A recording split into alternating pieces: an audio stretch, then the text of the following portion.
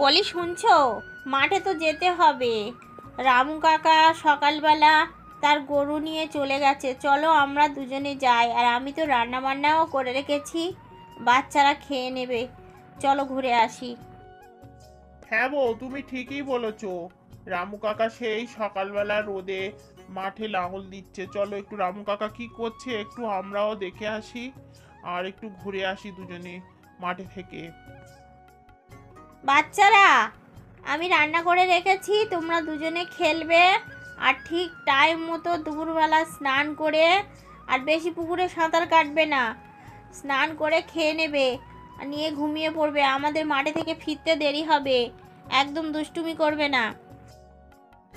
ঠিক আছে মা, তোমরা যাও, আমি আর ভাই দুজনে খেলবো, কোনো সমস্যা হবে না।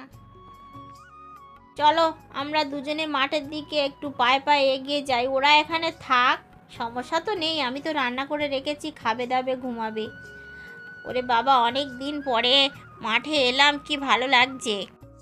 ও রামু কাকা, কই গো, কত দূর? এই তো আমি হয়ে এসেছে, আর বেশি বাকি নেই। বৌদি তুমি এসেছো, এই লাঙলটা দিয়ে এবারে চলে যাব। বৌদি, সূর্য তো অস্ত যাচ্ছে, সন্ধ্যা হয়ে এলো। আমি এবার বাড়ি যাই, আর তোমরাও বাড়ির দিকে চলে যাও, বুঝলে? আর আমি গরুটাকে ওপারে খামারে আমি বেঁধে রেখে এসেছি। আবার বাকিটুকু কালকে সকালে আসবো। চিন্তা করো না, আমি ঠিক সময় মতো এসে যাব। নাও নাও, অনেক রাত হয়েছে, খেয়ে নাও। বাচ্চারা তোমরা তাড়াতাড়ি খেয়ে নাও, ঘুমিয়ে পড়ো, আবার সকালে হলে পড়তে যেতে হবে।